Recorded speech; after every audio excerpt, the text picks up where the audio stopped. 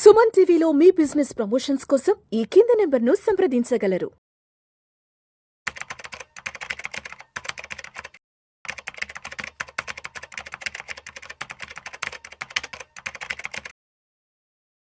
Welcome to Vishnu talks. నేను విష్ణు. ప్రస్తుతం బద్దపాటు సర్టిఫైడ్ ఫైనాన్షియల్ ప్లానర్ మాధవిరెడ్డి గారు ఉన్నారు. వారితో మాట్లాడదాం.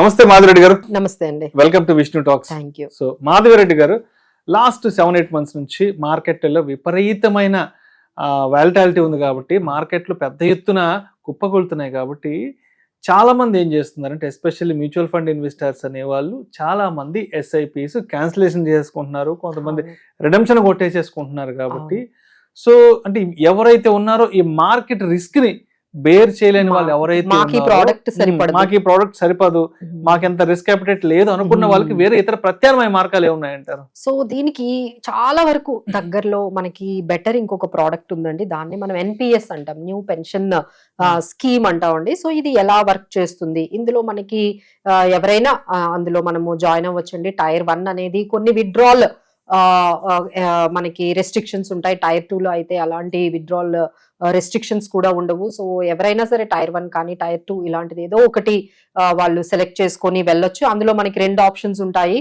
ఒకటి ఏంటంటే అందులో కూడా ఈక్విటీ డెట్ ఎలొకేషన్ అనేది ఉంటుందండి. మీకు కావాలి అనుకుంటే మీకు కావాల్సిన ప్రపోర్షన్, మీకు ఈక్విటీ ఎంత కావాలి, డెట్ ఎంత కావాలి అనేది మీరే సెలెక్ట్ చేసుకోవచ్చు. మీరు సెలెక్ట్ చేసుకోకపోతే ఆటో సెలెక్షన్ అనేది ఒకటి ఉంటుంది. మీ ఏజ్ ప్రకారం, అదే మీ ఏజ్ 30 అయితే 60 వరకు ఈక్విటీ సెలెక్ట్ చేస్తుంది, లేదు అంటే డెట్. సో ఇక్కడ కూడా అంటే ఎస్ఐపిస్ లో ప్రాబ్లం ఏమైందంటే ఎవరు డెట్ స్కీమ్ పెట్టుకోరు కదండి. ఎప్పుడు మిడ్ క్యాప్, స్మాల్ క్యాప్ ఈ స్కీమ్సే ఉంటాయి, కానీ డెట్ స్కీమ్స్ ఉండకపోయేసరికి ఒక్కసారి వాలటిలిటీలోని వాళ్ళకి చాలా ఇబ్బంది పడింది. సో ఇలా కాదు, మనకి ఎన్పిఎస్ లో ఏంటంటే ఆటోమేటిక్ గా డెట్ పోర్షన్ ఉంటుంది. కంపల్సరీ ఒక 30-40% మనకి డెట్ ఎలొకేషన్ జరుగుతుంది. సో ఇంత వాలటిలిటీ అనేది మీకు ఎస్ఐపిస్ తో కంపేర్ చేసుకుంటే ఎన్పిఎస్ లో కనిపించదు. ఇక్కడ పిఎఫ్ఆర్డిఏ బ్యాకప్ ఉంటుంది, సెంట్రల్ గవర్నమెంట్ స్కీమ్ అది. సో కొంచెం ధైర్యంగా అనిపిస్తుందండి. చాలా వరకు మాకు ఎస్ఐపిస్ మ్యూచువల్ ఫండ్స్ సరిపడవు అనే వాళ్ళకి ఇది బాగుంటుంది. ఇది ఎలా వర్క్ చేస్తుందంటే, లెట్స్ స్టార్ట్ విత్ ఒక 12,000 మీరు పెట్టుకున్నారు అనుకోండి, ఒక 25 years అంటే ఇప్పుడు ఒక ఆయన ఏజ్ 30-35 years అనుకోండి. ఇక్కడ నుంచి 25 years అంటే రిటైర్మెంట్ ప్లానింగ్ వరకు మనం కానీ ప్లాన్ చేసుకున్నట్లయితే ఎవ్రీ ఇయర్ వాళ్ళ శాలరీ ఇన్కమ్ తో పాటు ఒక 5% ఇంక్రీజ్ చేసుకుంటూ వెళ్తే దీని దగ్గర మనం ఒక 8-9% వరకు మీరు ఎక్స్పెక్ట్ చేయొచ్చు. అంటే వాళ్ళు ఇచ్చేది అయితే 6.75%, బట్ దీంట్లో కూడా మంచి రిటర్న్స్ అనేవి మనకి కనిపిస్తున్నాయి. సో టోటల్ గా మీరు ఇన్వెస్ట్మెంట్ చేసేది ఒక 68 నుంచి 70 lakhs కానీ మీరు ఈ డ్యూరింగ్ ద పీరియడ్ మీరు ఇన్వెస్ట్ చేసుకుంటూ వెళ్తే ఇందులో కూడా మీకు దాదాపుగా 2 to 3 crores అక్యుములేట్ చేయగలుగుతారండి. అందులో ఒక 2 crores వరకు మీరు విత్డ్రా చేసుకోవచ్చు. మిగతాది మాత్రం అది పెన్షన్ లో కన్వర్ట్ అయిపోతుంది.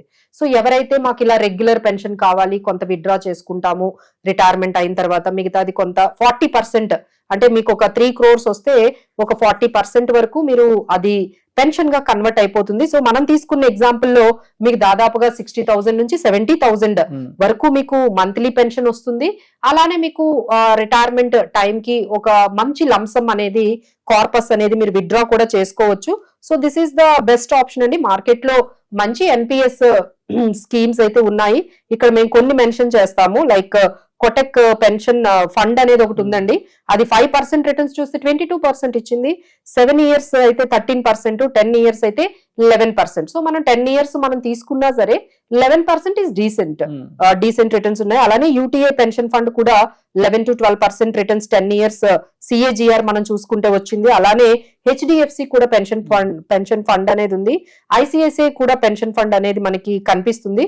సో ఇలాంటిది మీరు ఏదైనా మేము చెప్పిన ఈ ఎన్పిఎస్ ఏదైనా ఈ పెన్షన్ ఫండ్స్ ని కానీ మీరు సెలెక్ట్ చేసుకున్నట్లయితే, ఇది కూడా అంటే మాకు మ్యూచువల్ ఫండ్స్ లో ఉన్నంత వాలటిలిటీ మాకు ఉండకూడదు అనుకునే వాళ్ళకైతే ఎన్పిఎస్ అయితే కొంచెం బానే ఉంటుందండి. మీకు రెగ్యులేటరీ కూడా పిఎఫ్ఆర్డిఏ వాళ్ళు, ఫండ్ మేనేజర్స్ అందరూ కూడా ఉండి మీకు కాస్ట్ కూడా చాలా తక్కువ పడుతుందండి. ఇందులో లెస్ కాస్ట్ పడుతుంది, మీకు రిటర్న్ అంత వాలటిలిటీ ఉండదు.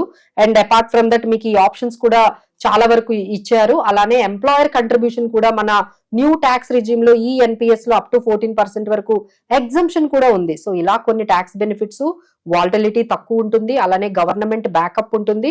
రిటర్న్స్ కూడా మీకు మరీ మ్యూచువల్ ఫండ్స్ లాగా 15-20 అలా ఎక్స్పెక్ట్ చేయకపోయినా ఇక్కడ ఒక 11%-12% వరకు 10-12% వరకు మీరు ఎక్స్పెక్ట్ చేయగలిగితే ఈ ప్రోడక్ట్ కూడా మీకు చాలా బాగుంటుందండి.